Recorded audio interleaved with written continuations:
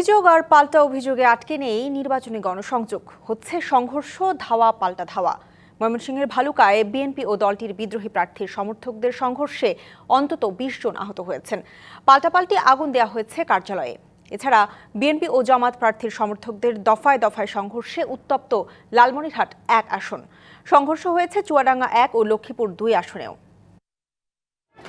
নির্বাচনী প্রচারণা নিয়ে দ্বন্দ্বের জেরে রবিবার সন্ধ্যার পর সংঘর্ষ ছড়িয়ে পড়ে ময়মনসিংহের ভালুকা পৌর সদরে। ধানের শীষ ও হরিণ প্রতীকের সমর্থকদের মধ্যে চলতে থাকে ধাওয়া পাল্টা ধাওয়া। বিএনপির বহিষ্কৃত যুগ্ম আহ্বায়ক ও স্বতন্ত্র প্রার্থী মোহাম্মদ মুর্শেদ আলম বাটাজোর এলাকায় গণসংযোগে গেলে ধানের শীষের সমর্থকদের সঙ্গে উত্তেজনা সৃষ্টি হয়। এর জেরে সদর বাসস্ট্যান্ড এলাকায় উপজেলা বিএনপির অফিসে হামলা হয়। আহত হন অন্তত ২০ জন। পরিস্থিতি আরও উত্তপ্ত হলে পৌর ছাত্রদলের সদস্য সচিব আদি খানের কার্যালয়ে হামলা চালিয়ে ভাঙচুর ও অগ্নিসংযোগ করা হয়। একইভাবে স্বতন্ত্র প্রার্থী মুর্শেদ আলমের পৌর সদর কার্যালয় ও সিড স্টোর বাজারে যুবদলের কার্যালয়েও ভাঙচুর ও আগুন দেয়া হয়।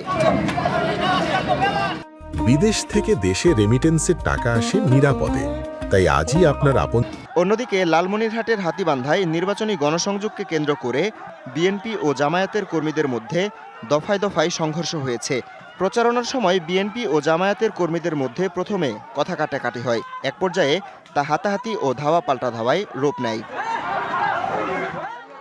সন্ধ্যায় ফের সংঘর্ষে জড়ায় দুই পক্ষ।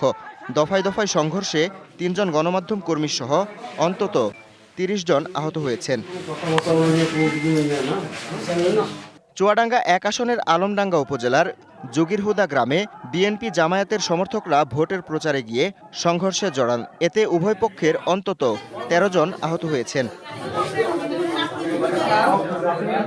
লক্ষ্মীপুর ২ আসনের চন্দ্রগঞ্জ থানার শিবরামপুর এলাকায় প্রচারণা নিয়ে দ্বন্দ্বের জেরে বিএনপি ও জামায়াতের সমর্থকদের মধ্যে সংঘর্ষ হয়েছে।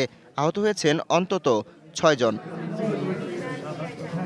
Habibur Rahman, DBC news desk.